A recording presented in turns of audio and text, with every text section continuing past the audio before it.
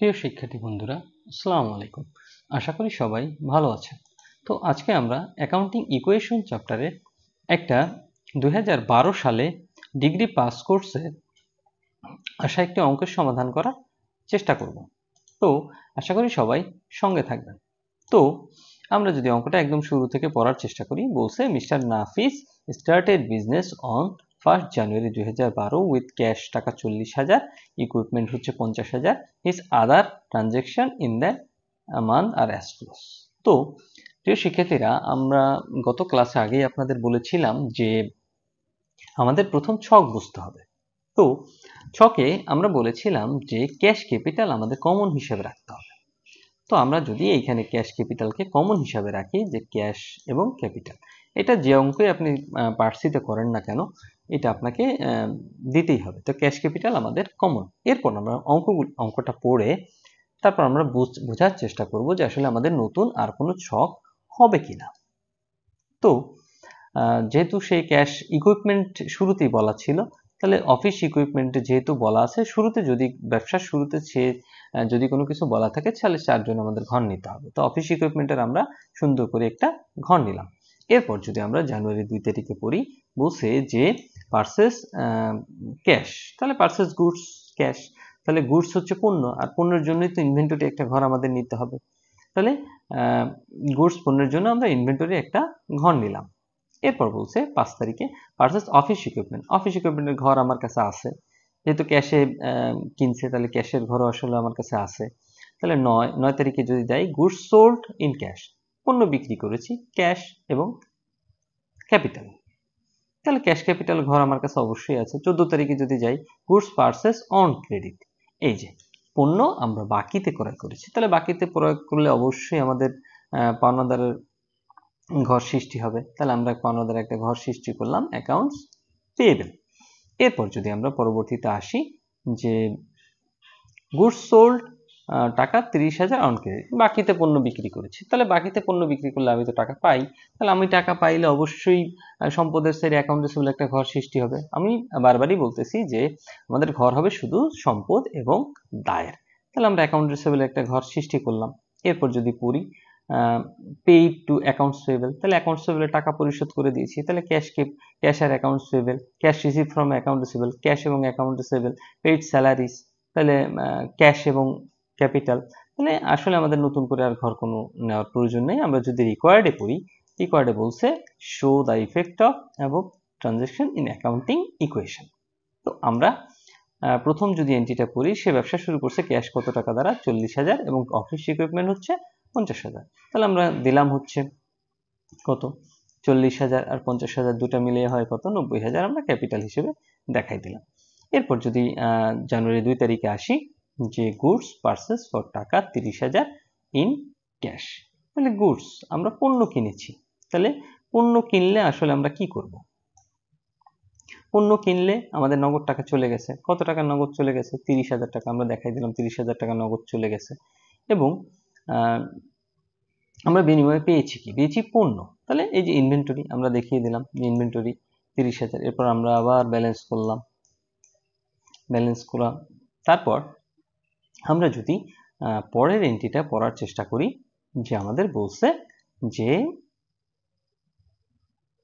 জানুয়ারির 2 তারিখে, জানুয়ারির 2 তারিখে কি বলেছে সেটা করলাম। জানুয়ারির 5 তারিখে পারচেস অফিস ইকুইপমেন্ট ফর টাকা 10,000, মানে অফিস ইকুইপমেন্ট আমরা কিনেছি, তাহলে অফিস ইকুইপমেন্ট কিনেছি নগদ টাকায়, তাহলে নগদ কমে যাবে কত, 10,000 টাকা, যেহেতু আমাদের নগদ টাকা চলে গেছে।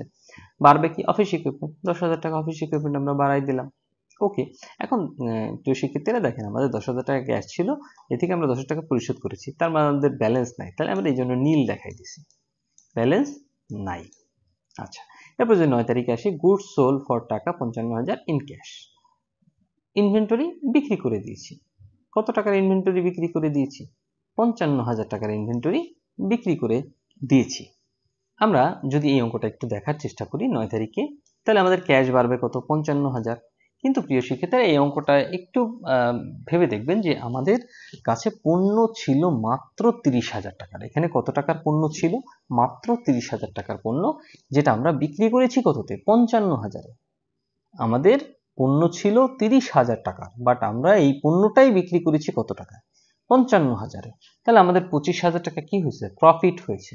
তাহলে আমরা 30,000 টাকা পুরো পণ্য এখান থেকে রিলিজ করে দিব, এই জন্য মাইনাস হলো, এবং 25,000 টাকা কি হয়েছে? প্রফিট হয়েছে। তা আমরা নিচে এমনিতেই সমীকরণে লিখে রাখছি যে আমাদের যদি রেভিনিউ হলে আমরা কি করব? ক্যাপিটালের সাথে যোগ করব। তো এই জন্য এই যে 25,000 টাকা আছে, এইখানে 25,000 টাকা আমরা ক্যাপিটালে যোগ করলাম। এরপর যদি আমরা পরের এন্ট্রিতে চলে যাই, যে 14 তারিখ, গুডস পারচেজ ফর টাকা 20,000 অন ক্রেডিট। পণ্য কিনেছি, কত টাকার পণ্য কিনেছি? 20,000 টাকার পণ্য কিনেছি 14 তারিখে, এবং সেটা কিসে কিনেছি? বাকিতে কিনেছি। তা বাকিতে কিনলে আমরা তো জানি যে অ্যাকাউন্টস পেয়েবল বৃদ্ধি পায়।